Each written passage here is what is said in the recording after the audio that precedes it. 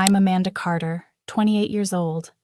13 years back, on a stormy October evening, my father stared me down and declared, "Leave.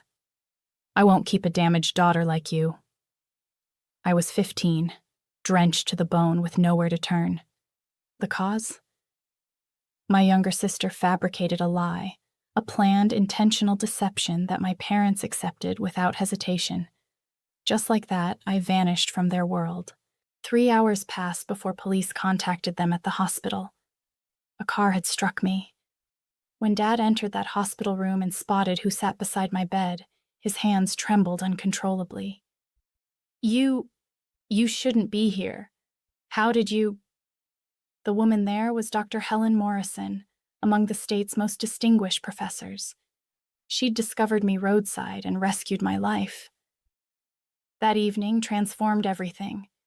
Last month, I took the stage at my sister's graduation as keynote speaker. My parents never suspected I'd appear. Now let me return you to the beginning. I discovered early that in our household, Sophie's tears drowned out my accomplishments. At 11, I claimed first prize at the regional science fair. My water filtration project defeated 40 competitors. Pride filled me completely. I rushed home, clutching the blue ribbon, exploded through the entrance, and located Mom in the kitchen. "I won," I announced. She smiled, embraced me. "That's wonderful, sweetheart." Then Sophie entered from dance rehearsal. 8 years old, face crimson, tears flowing. I ruined my pirouette. Everyone mocked me. Mom's arms abandoned me. She dropped to her knees, drew Sophie close. "Oh, baby, it's all right. Next time will be better." I remained standing, holding my ribbon. Nobody requested to view it. That became the pattern. Sophie required extra attention. Sophie was delicate. Sophie demanded gentle treatment. I adapted, celebrating silently, requiring less, occupying minimal space. By 14, I'd ceased displaying my report cards. Perfect grades couldn't rival Sophie's B- theatrics. When acceptance arrived from the elite summer science program, excitement overwhelmed me. Complete scholarship, 14 days studying environmental science alongside actual researchers. Dad glanced up from his device. "That's nice, Amanda." Sophie erupted in tears. "Why does she get to leave? That's unfair." Mom pressed Sophie's shoulder. "Amanda, perhaps you could decline this year. Your sister requires—" "I need you here," Sophie completed. I didn't attend the program. They labeled it family unity, understanding, being mature. I learned to become small, silent, undemanding. But the breaking point approached. I simply didn't realize it would arrive in a tempest. The deception began small. Sophie, 12 now, would claim my belongings without permission. When I'd mention it carefully, always carefully, she'd deny everything. Then currency vanished from Mom's wallet, $60. Sophie claimed she witnessed me near Mom's purse that morning. I hadn't been. I'd departed for school early. Dad summoned me to his study. "Did you steal money from your mother?" "No, I didn't." "Sophie says you did." "Sophie's lying." His jaw clenched. "Don't accuse your sister." I forfeited my phone for 30 days, and the science program opportunity promised for next summer. Gone. "We can't trust you with independence currently," Mom stated. Sophie observed from the staircase. When our parents weren't watching, she smiled. That stolen $60 was merely a trial run. Sophie was discovering she could escape anything. The pattern intensified. A shattered vase, my fault. A failed examination Sophie hadn't studied for. I should have assisted her more. A rumor at school about Sophie cheating. I must have initiated it. I abandoned self-defense. What purpose did it serve? They trusted her tears over my truth every single instance. By 15, I felt ghost-like in my own residence. Present yet invisible. there only when they required someone to condemn. I began spending extended time at the library, at school, anywhere except home. I convinced myself I simply needed to endure until college. 24 more months. I was mistaken. October, junior year. Everything felt crushing that week. There existed a boy at school named Ryan. He attended my AP chemistry class. Decent guy. Terrible at balancing equations.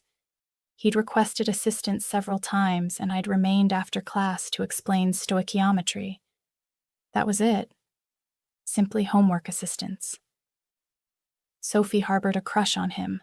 Massive, obsessive infatuation.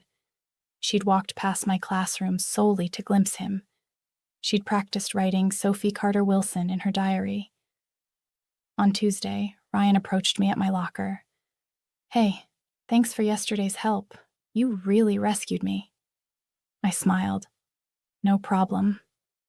Maybe we could study together sometime for the midterm?" "Sure.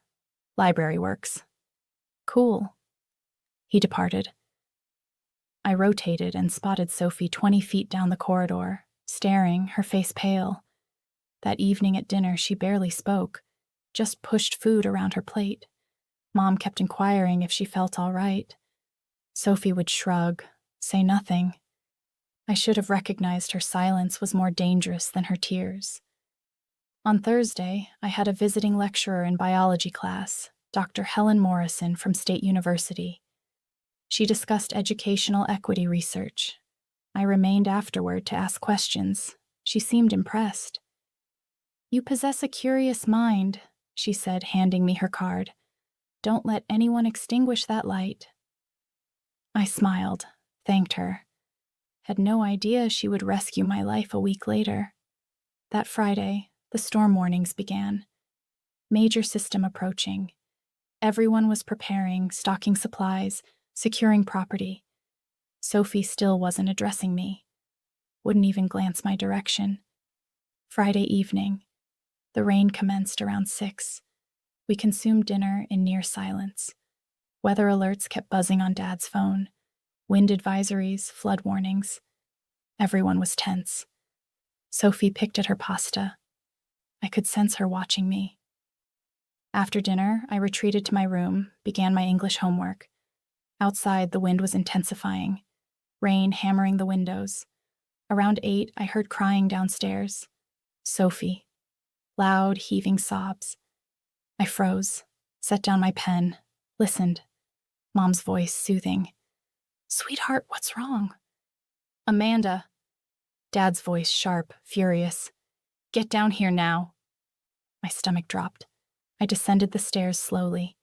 Sophie was on the couch, face buried in Mom's shoulder. Dad stood by the fireplace, arms crossed, face red. "What's going on?" I asked. Sophie looked up, eyes swollen, tears streaming. She looked at me, and for just a second, I saw something else behind those tears. Something cold. Then it vanished. "Tell her what you told us," Dad said.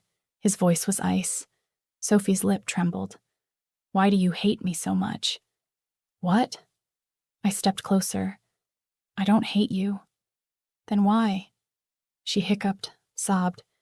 "Why have you been spreading rumors about me at school?" My mind went blank. "What rumors? About me and Ryan? About me cheating?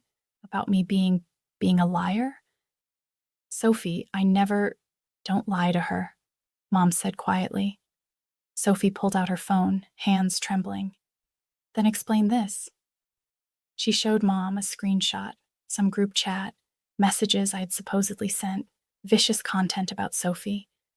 But there was my name, my profile picture. "I didn't write those," I said. "Someone's using my account." "Stop!" Dad's voice cracked like thunder. "Just stop lying." "And Ryan," Sophie whispered. "You knew I liked him, but you've been flirting with him. He asked me for chemistry help, that's all. You tried to steal him from me." Sophie was standing now. "And last week, you pushed me on the stairs. Look." She pulled up her sleeve. a bruise on her forearm, dark purple. I stared. I never touched you. You did. I didn't want to say anything because I thought maybe she was just stressed. Mom stood up, moved between us. Amanda, this is serious. If you hurt your sister— I didn't. Then how did she get that bruise? Dad demanded. I don't know. Maybe she did it herself. The words hung in the air. Sophie's eyes went wide, fresh tears. You think I'd hurt myself just to frame you? Yes, I was shouting now, desperate. Yes, because you do this. You lie. You've been lying about me for years. Dad took a step toward me. Is this true? You've been bullying your sister? No, God, no. Please, just listen. I've heard enough. Dad's fist slammed on the mantel. I've heard enough of your excuses. They're not excuses. Please, just let me explain. There's nothing to explain. Mom's voice was quiet, disappointed. Sophie sobbed into her hands, the perfect picture of a victim. I looked at her, really looked. And for a moment she looked back.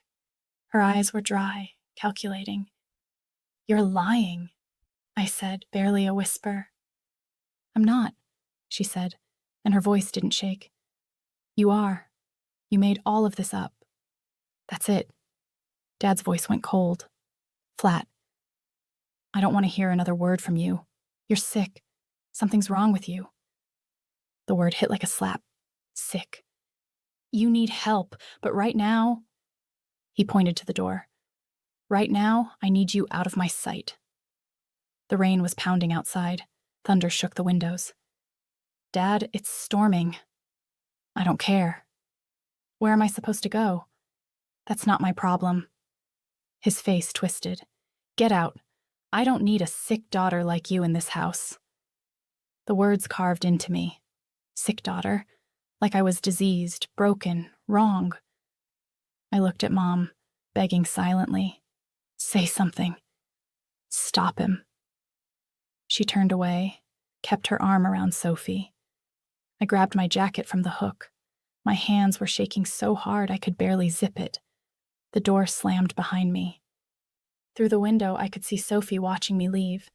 She wasn't crying anymore. She was smiling. The rain hit me like a wall, cold, angry. Within seconds, I was soaked through. I stood on the porch for a moment, waiting. Maybe Dad would come after me. The door stayed closed. I started walking. Nowhere to go. Just away. Away from that house. Away from Sophie's lies. Away from parents who believed I was sick. My phone buzzed. Low battery, 8%. I tried calling my friend Sarah. No answer. Jessica, straight to voicemail. It was Friday night. Everyone was home with their families. Safe, dry. Not me. The wind whipped my hair into my face. Rain came down in sheets. I could barely see 10 feet ahead. Cars drove past, spraying water. No one stopped. I headed toward the library. It was closed. Dark windows, locked doors. The bus station was 2 miles away. If I could reach it, I could sit inside, stay warm. I walked. Every step was heavy. My shoes were soaked through, water squelching with each footfall. I was so cold my teeth chattered. Thunder cracked overhead. Lightning split the sky. I thought about turning back, knocking on the door, begging to come home. But the look on Dad's face, the disgust, I couldn't unsee it. Sick daughter. Maybe he was right. Maybe something was wrong with me. The bus station was still a mile away. The rain got heavier, the wind stronger. I didn't see the headlights until it was almost too late. I was crossing at an intersection. The light was green. I'm sure it was green. But the rain was coming down so hard and I couldn't see clearly. The car came from nowhere. Headlights bright and blinding, a horn blaring, brakes screeching. I tried to jump back. I wasn't fast enough. The impact threw me sideways. I felt my body hit the hood, then the pavement, hard. My head cracked against the asphalt. Pain exploded through my skull, white hot and all-consuming. I couldn't move, couldn't breathe. Rain poured into my mouth, my eyes. Everything was sideways. I heard a car door slam, footsteps running, splashing through water. "Oh my God!" A woman's voice panicked. "Sweetheart, can you hear me?" I tried to answer. Nothing came out. "Don't move. Just stay still. I'm calling 911. Her hands were on my shoulder, gentle. "Stay with me, okay? What's your name?" I blinked, tried to focus. Her face was blurry, dark hair, rain streaming down her cheeks. She looked familiar. "My parents?" I managed. My voice was barely a whisper. "Your parents. Okay. What's their number?" "They don't," I coughed, tasted blood. "They don't want me." Her face changed. "What?" "They kicked me out." The words felt heavy. "Said I'm sick." She stared at me, rain pouring down between us. I saw something shift in her expression. Recognition, maybe, or horror. "You're going to be okay," she said, but her voice shook. "I promise." Sirens in the distance, getting closer. The woman's face was the last thing I saw before everything went black. I don't remember the ambulance. Don't remember arriving at the hospital. My first clear memory is sound. Beeping machines, fluorescent lights buzzing, antiseptic smell, and a voice. The woman from the accident. "She has a severe concussion, possible internal bleeding. You need to keep her for observation." "I'm staying." That same voice, firm now. "I'm not leaving her alone." "Ma'am, are you family?" "I'm the one who hit her. I'm staying until her parents arrive." At some point, I heard new voices, familiar ones. "We're Amanda Carter's parents. Dad." He sounded strained. "Mr. and Mrs. Carter." The woman's voice again, cold now, professional. "I'm Dr. Helen Morrison." A pause. "You're a professor at State University," Mom said. "I am Dean of Graduate Studies, actually." Her tone could cut glass. "I'm the one who hit your daughter with my car tonight." "It was an accident," Dad said quickly. "She ran across the road in the middle of a storm. She was soaking wet, alone at night." Dr. Morrison's voice rose. "She was 15 years old. Why was she out there?" Silence. "Mr. Carter, I asked you a question." We had a family situation, a discipline issue." "A discipline issue."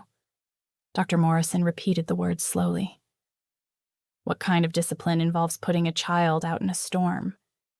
It wasn't like that." "Then what was it like? Because your daughter told me something before she lost consciousness. She said her parents didn't want her anymore. She said you told her she was sick." More silence. "You're lying." Sophie's voice, small, scared. "Amanda's making that up. She was barely conscious. She wasn't making anything up." I heard footsteps, someone walking away from my bed. Dr. Morrison's voice further now. "I need to speak with a social worker. Now." "That won't be necessary." Dad's voice, trying to sound authoritative. "We're her parents." "With all due respect, sir, you've handled it enough. This is a private family matter. The moment you sent a minor out in a storm, it stopped being private." Dr. Morrison's footsteps came back. I felt her hand on mine, warm, protective. "I'm not leaving until I know she's safe." A different voice now, a police officer. "Mr. Carter, we need to ask some questions." "We haven't done anything wrong," Mom said, but her voice was shaking. "Your daughter was hit by a car at 11 p.m. in a major storm. She's 15 years old. We need to understand why she wasn't home." I tried to open my eyes, managed to flutter them. Everything was blurry. I saw Dad's silhouette, Sophie behind him. Dr. Morrison noticed. "She's waking up. Everyone out, now." She's our daughter, Dad started. And I'm the doctor in this room. Out. Footsteps, voices fading, the door closed. I felt Dr. Morrison lean closer. Her hand squeezed mine gently. "You're safe now," she whispered. "I promise you're safe." I wanted to believe her, but safe was a foreign word. I hadn't felt safe in years. I closed my eyes again. Let the darkness take me. When I woke 3 days later, my parents were gone. Dr. Morrison was still there. She'd kept her promise. The concussion was severe. I spent 4 days in the hospital. Dr. Morrison came every day, brought books, sat by my bed, talked to me about college, about science, about futures I'd never imagined. My parents visited once, brought a bag of clothes, some schoolwork. They stood at the foot of my bed, uncomfortable. Strangers. "We're glad you're okay," Mom said. Dad nodded. "You gave us quite a scare." Neither said sorry. Neither explained. Neither asked if I wanted to come home. Sophie didn't come at all. On day 5, a social worker arrived. Her name was Rita. She had kind eyes and asked questions in a gentle voice about my home, my family, what happened that night. I told her everything. Sophie's lies, my parents choosing her, the words, "sick daughter." Rita listened, took notes. "Amanda, you have options. You don't have to go back." Where else would I go? Dr. Morrison knocked on the door, stepped in. She could stay with me. I stared at her. "What?" "Foster placement. Temporary until we figure out something permanent. If you want." She looked at Rita. "I've already started the paperwork." "Why would you do that?" My voice cracked. "You don't even know me." Dr. Morrison sat on the edge of my bed. "Because someone once did it for me. When I was 17, my family kicked me out. A teacher took me in, changed my life." She touched my hand. "You're brilliant, Amanda. You have potential most kids never dream of. Don't let anyone tell you you're sick. Don't let anyone extinguish that light." I started crying. Couldn't help it. "I'll understand if you want to go home," Dr. Morrison said softly. "But if you want something different, I'm here." I made my decision in that hospital room. I chose different. 6 months later, I was a different person. Same name, different life. Dr. Morrison's house was quiet, organized, full of books and plants and soft classical music. She gave me the guest room, said I could decorate however I wanted. I transferred schools, started fresh. No one knew about Sophie, about my parents, about being the sick daughter. I was just Amanda. Smart, focused, finally free to breathe. Dr. Morrison, Helen, she insisted I call her, exposed me to a world I'd never seen. University lectures, research symposiums, dinners with professors discussing policy and equity and change. "Education is freedom," she'd say. "Knowledge is power. No one can take that from you." I threw myself into school. Straight A's weren't just grades anymore. They were proof. Proof I wasn't sick, wasn't broken, wasn't wrong. Helen taught me about grant writing, about scholarships, about systems that help kids like me, kids from difficult situations, kids who need a second chance. "You're going to do something important someday," she told me once. I can see it.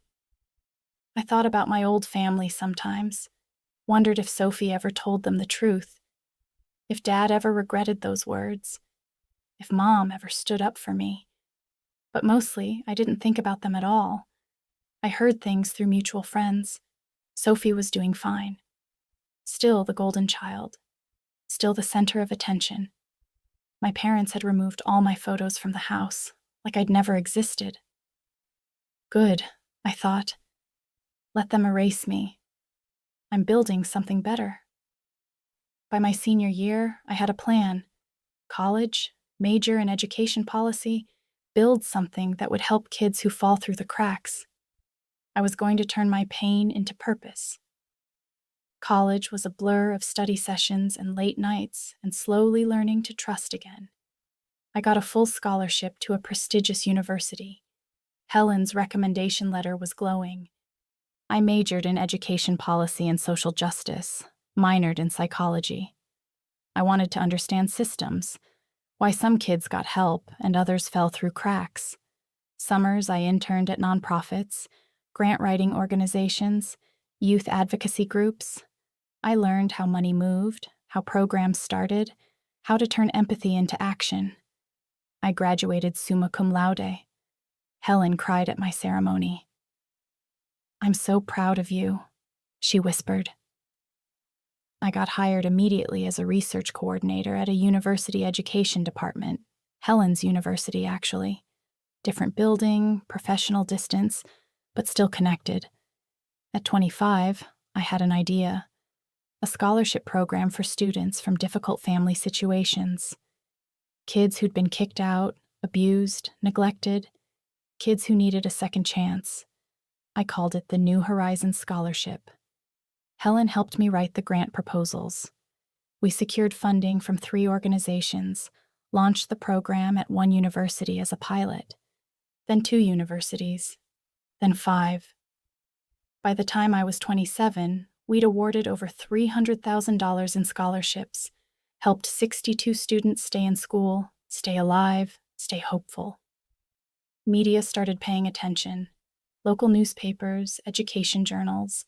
I gave interviews, spoke at conferences, always told my story vaguely. A 15-year-old girl who was told she didn't belong. Never named names. One day, my colleague Marcus Chen knocked on my office door.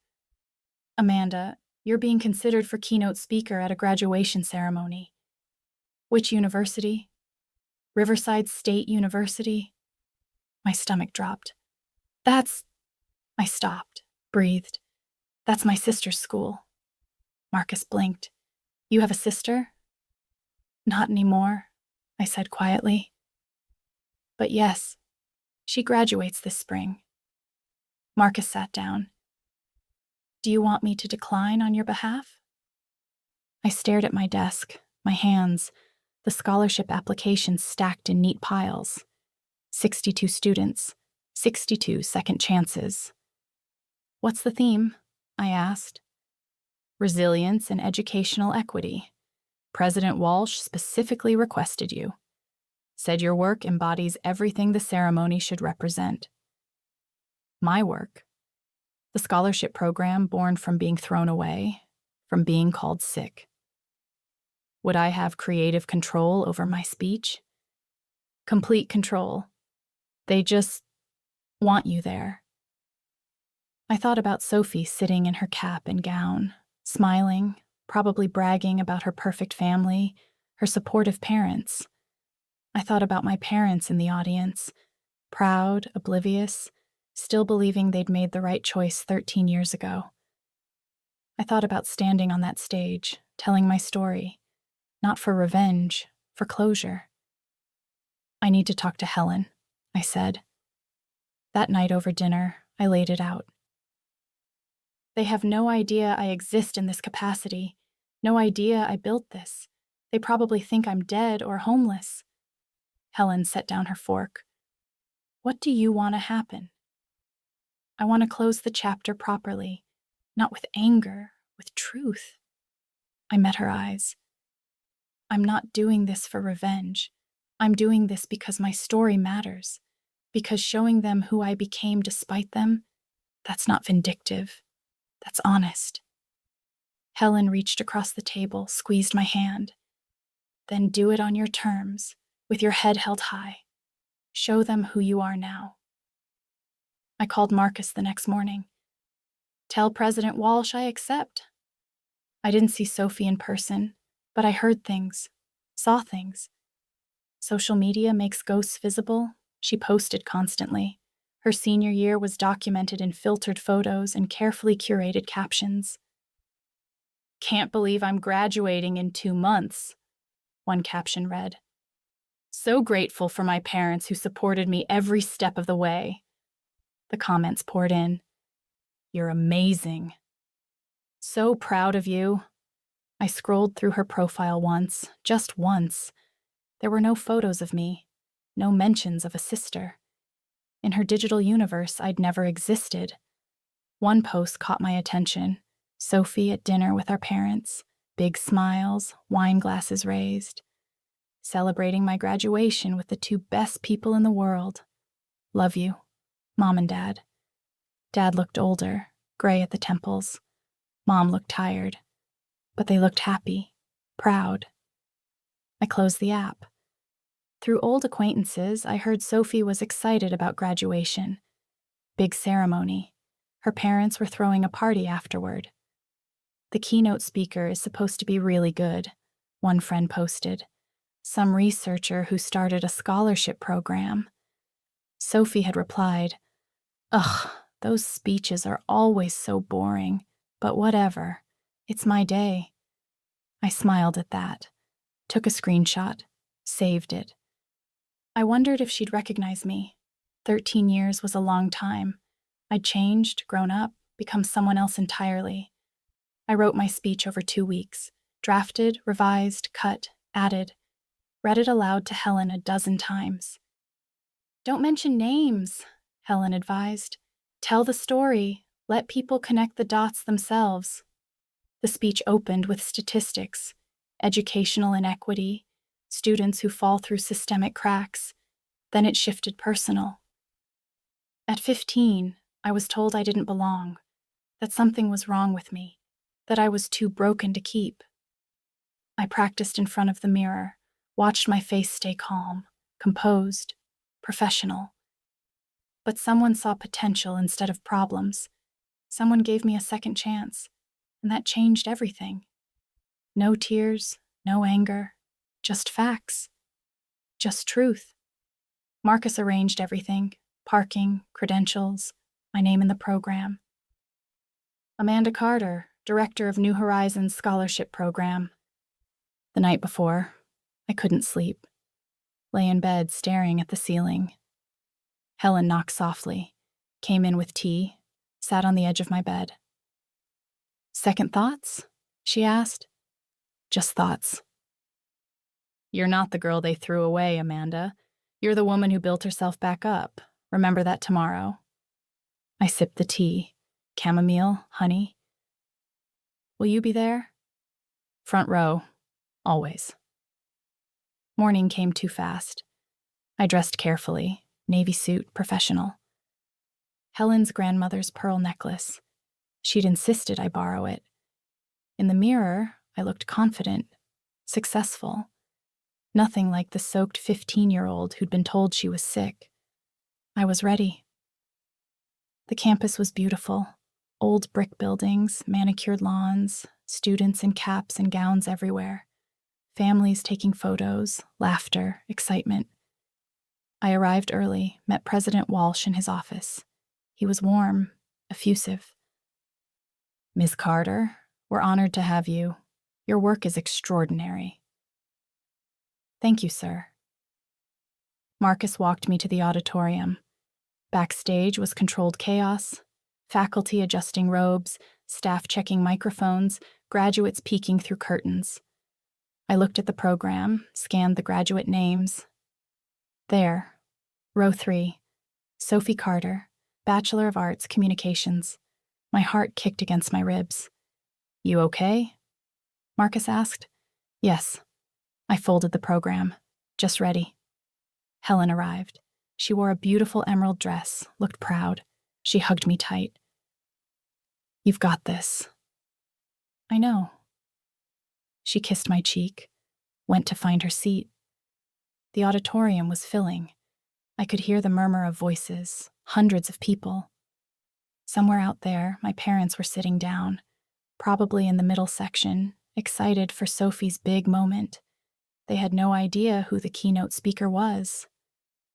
President Walsh touched my shoulder. 5 minutes. You're on after the opening remarks." I nodded, breathed, smoothed my suit. From the wings, I could see the stage, the podium, the microphone, hundreds of faces beyond the lights. It was time. President Walsh stepped to the podium. The crowd quieted. Welcome, graduates, families, and honored guests. Today we celebrate achievement, resilience, and the boundless potential of our students. Applause, cheers. Our keynote speaker embodies these values. She's dedicated her career to ensuring that every student, regardless of circumstance, has access to opportunity. Please welcome the director of the New Horizons Scholarship Program, Miss Amanda Carter. The auditorium erupted in polite applause. I stepped into the light. The stage was massive, podium centered, microphone waiting. I walked with measured steps, confident, calm. My heels clicked against the stage floor, and then I saw them. Row 3.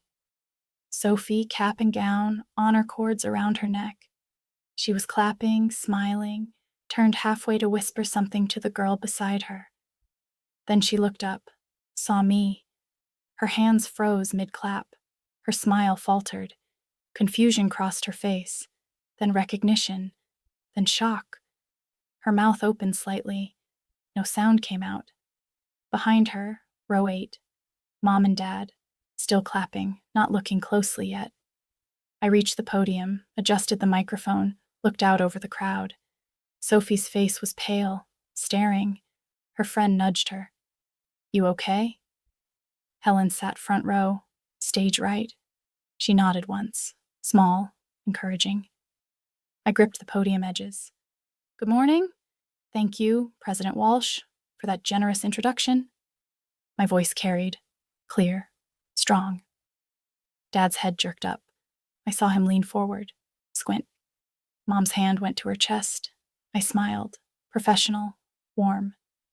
It's an honor to be here today. Today, I want to talk about resilience, about what happens when you lose everything and find yourself anyway.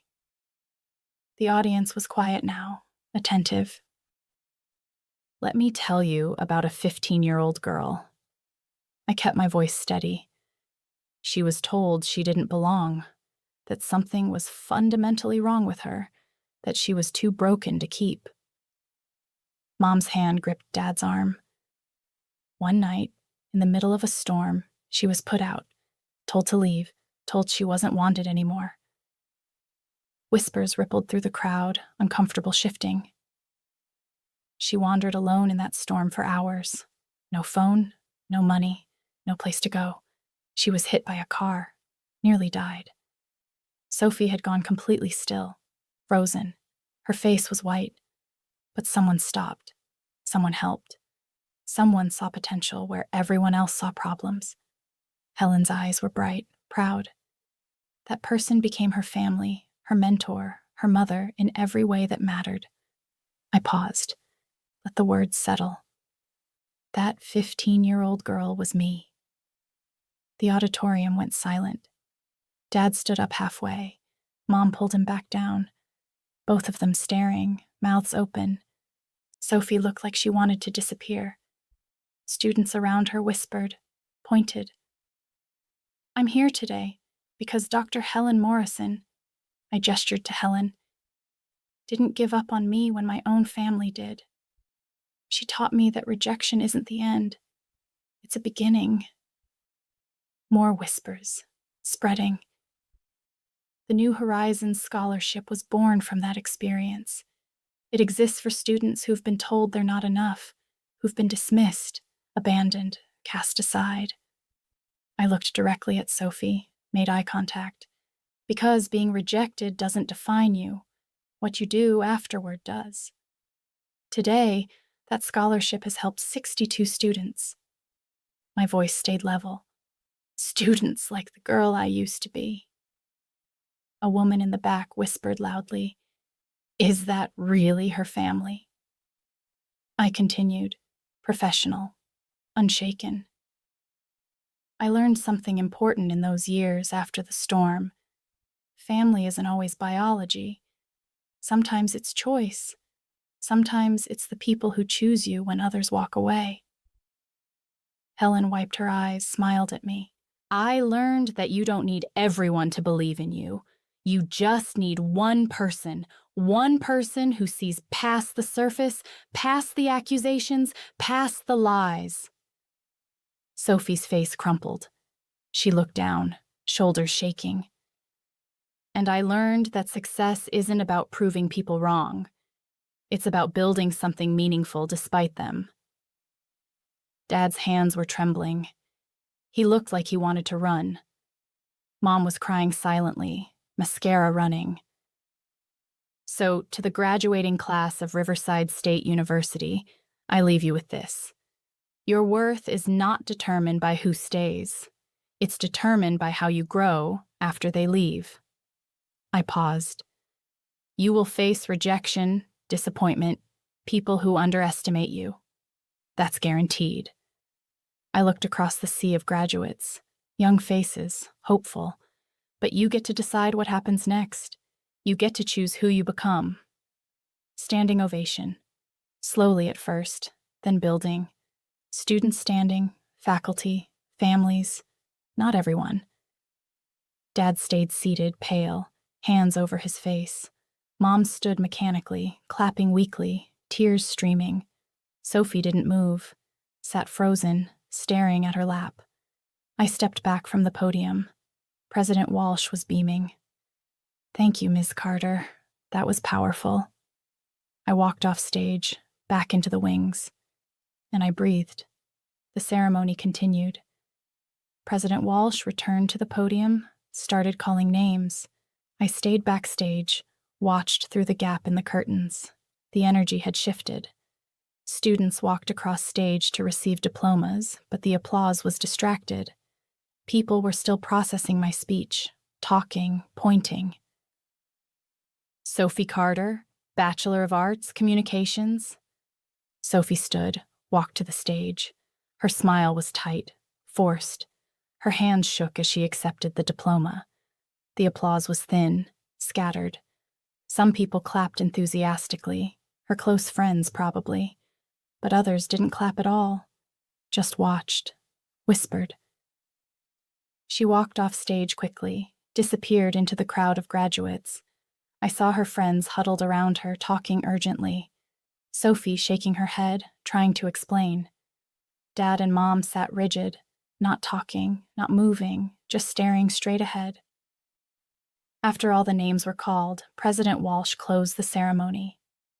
Congratulations to the class of 2026. Caps flew, cheers erupted, families rushed forward. I slipped out a side door, met Helen in the reception area. You did it, she said, hugged me tight. I did. How do you feel? I thought about it. Free. Marcus appeared. Amanda, that was... wow. He looked flustered. I had no idea. Your family, are you okay? I'm fine. They're asking to see you. Who?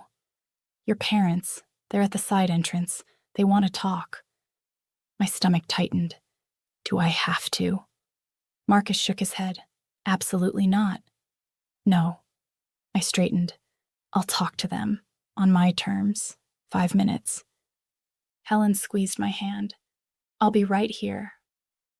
I walked toward the side entrance, toward the family I'd left behind 13 years ago. They stood by a pillar. Dad's face was gray. Mom's makeup smeared. Sophie hovered behind them, eyes red. I stopped 3 feet away. Professional distance. You wanted to talk?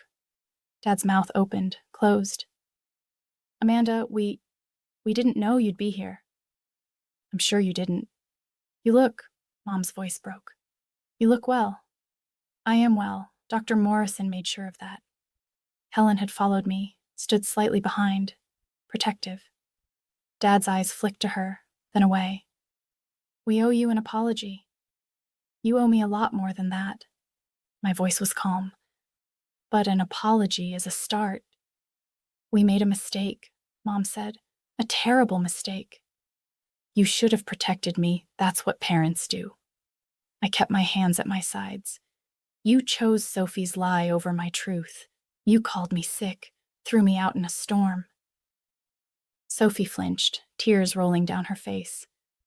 "We were wrong," Dad said, his voice cracked. "I was wrong. Amanda, I've regretted that night every day for 13 years. Good." The word hung there, sharp. "Can we talk?" Mom reached toward me. "Privately? As a family?" "We're not a family." I said it gently, not cruel, just factual. "You made that clear 13 years ago." "But we can fix it," Dad said desperately. "Please." "There's nothing to fix. You made your choice. I made mine. We're done." "Amanda," Sophie's voice, quiet, broken. "I'm sorry. I was 12. I was stupid." "You were old enough to know what you were doing." Marcus appeared with a folder. "Amanda, these are the scholarship applications for next semester. President Walsh wanted you to have them." He handed me the folder. Official university letterhead, my name, my title, photos of scholarship recipients, testimonials. Dad's eyes fixed on it. You really did all this?" "Yes." "Despite everything?" Mom took the folder gently, opened it, read. Her face crumpled. $300,000? 62 students so far, but we're expanding. I took the folder back. "I work with 5 universities. We grant scholarships to students from difficult situations." President Walsh joined us, oblivious to the tension. "Ms. Carter, that was the best keynote we've had in years." "Thank you, President Walsh." He turned to my parents. "Are you Amanda's family? You must be so proud." Silence. "They are," Helen said smoothly. "Aren't you, Mr. Carter?" Dad's jaw worked. "Yes, very proud." President Walsh beamed. "Ms. Carter is one of our most valued partners. Her program has changed lives." He shook my hand, walked away. Dad stared at me. "We had no idea. You never asked." I kept my voice soft, not angry, just tired. "You erased me, pretended I never existed. Why would you know?" "I tried to find you," Mom whispered. "After the hospital, you disappeared. I changed my name legally, made it harder." I met her eyes. "I needed you to not find me. I needed space to heal." "Did you?" Dad asked. "Heal?" "Yes. No thanks to you." Sophie's friends approached, 3 of them, looking uncomfortable.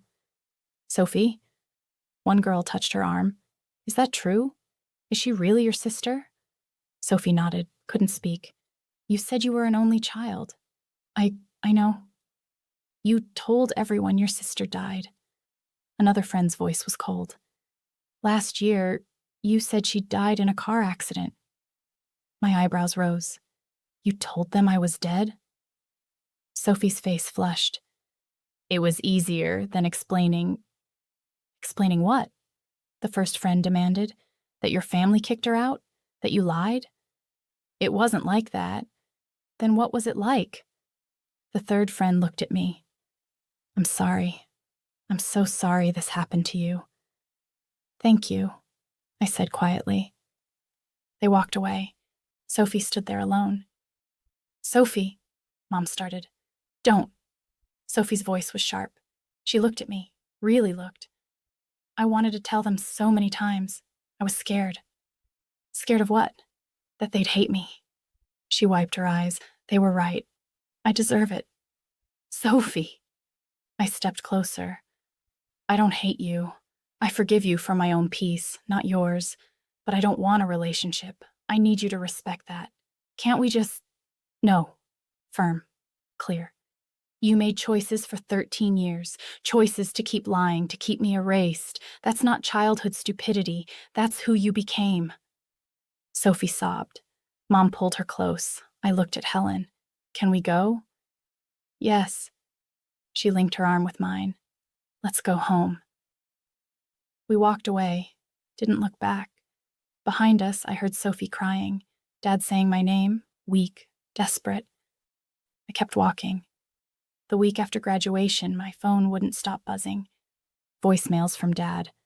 Please call back. We need to talk. I'm so sorry. Emails from Mom.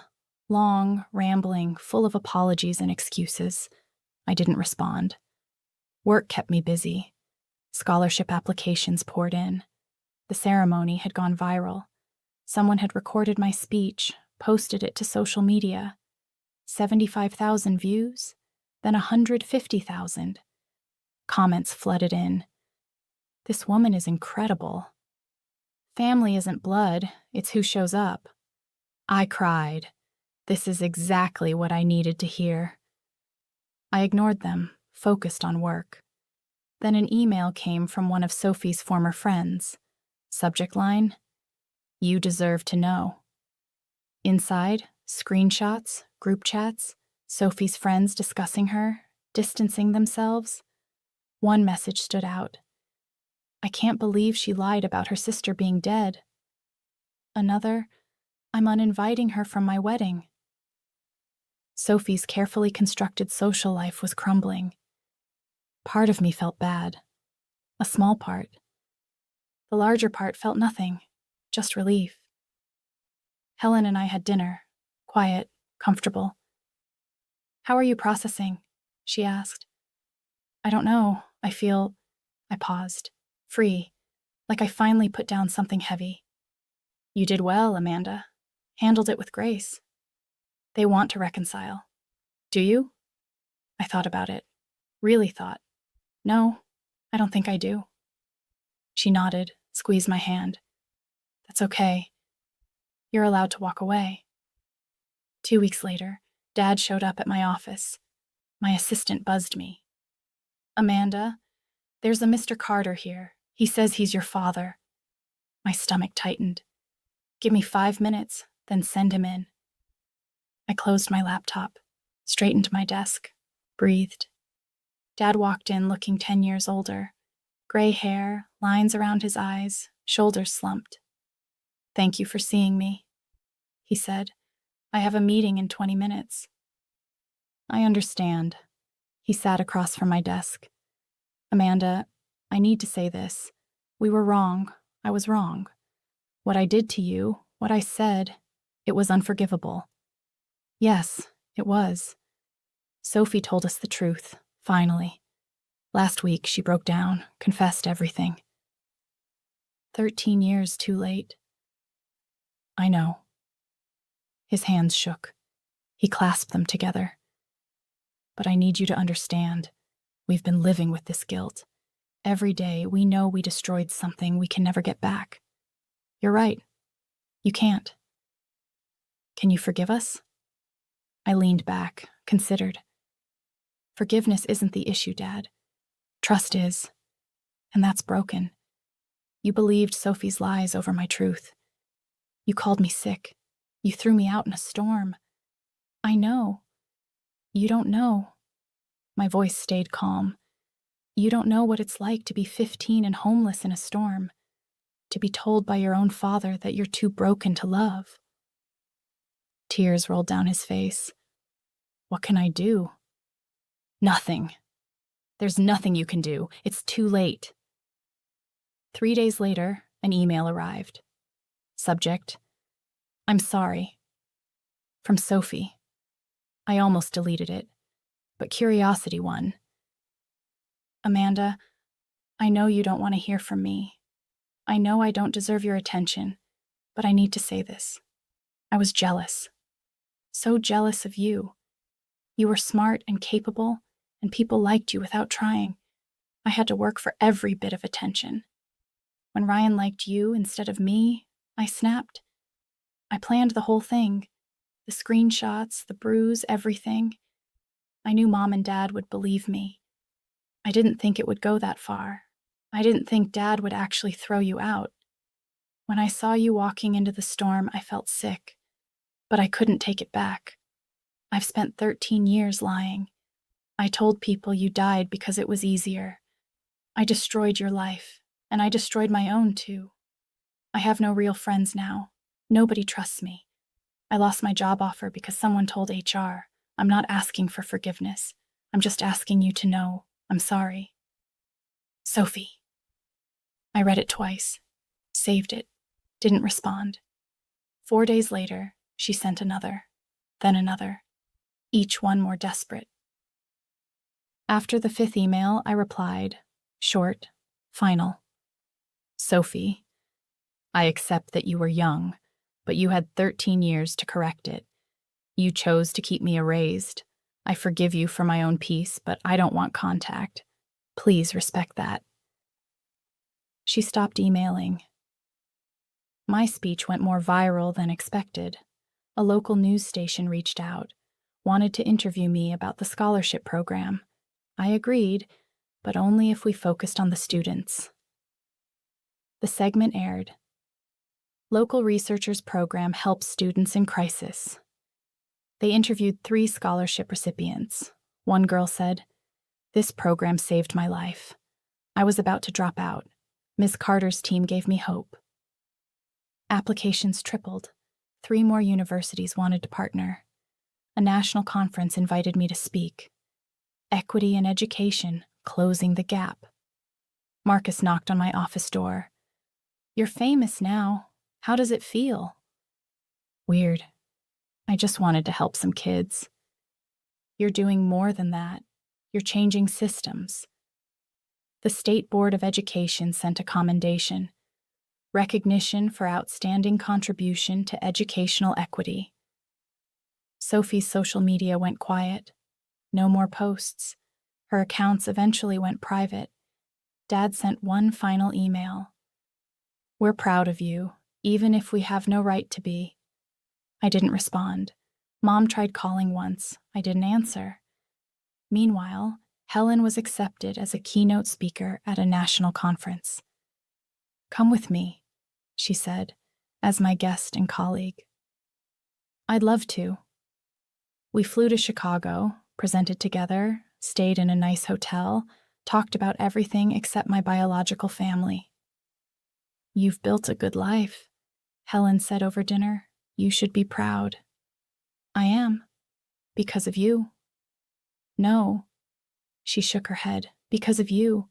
I just gave you a chance. You did the rest." 1 year after Sophie's graduation, my life looked completely different. The New Horizons Scholarship was now in 10 universities. We'd helped 98 students stay in school, stay alive, stay hopeful. I was promoted to senior director, got a corner office, a raise, recognition from people whose names I'd only read in textbooks.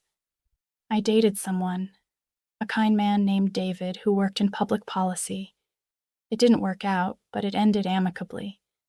I was learning that not all endings had to be painful.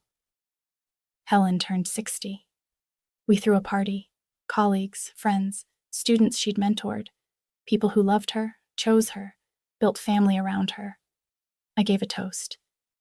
To the woman who taught me that family is built, not born. Thank you for choosing me. She cried. Happy tears. I thought about my biological family sometimes. Not often, not painfully, just thoughts. They sent a Christmas card. No return address, just signatures. Daniel, Patricia, Sophie. No message. I put it in a drawer. Didn't throw it away. Didn't respond. Just acknowledged it existed. I spoke at another graduation. Different university, different students, but similar message. Boundaries aren't walls. They're doors you control. Afterward, a young woman approached, 20 years old, tearful. That was my story, too. My family kicked me out at 16. I thought I was alone. You're not alone, I told her. You're surviving. That's more than enough. She hugged me tight. Thank you. I drove home that evening to the house I shared with Helen, my real mother, and felt something I hadn't felt in years. Complete peace. People ask me if I regret that night, the storm, the pain, the hospital. I don't, because it led me here, to this life, this work, this family I chose. Not every story has a happy ending like mine. I know that. I'm lucky. Dr. Helen Morrison found me, chose me, saved me. Not everyone gets that. But everyone gets to set boundaries. Everyone gets to decide who has access to them. You don't owe toxic people your presence, not even if they're family. Especially not if they're family. Forgiveness doesn't mean reconciliation. You can forgive someone for your own peace while still keeping them out of your life. I learned that blood doesn't make family. Choice does. Consistency does. Showing up does. Helen showed up every single day for 13 years. She earned the title Mom. My biological parents, they showed up once, failed, never tried again. That tells you everything. I learned that success isn't about proving people wrong. It's about building something meaningful despite them. The scholarship program wasn't revenge. It was purpose. It was turning my pain into something that helps others. Revenge seeks to hurt.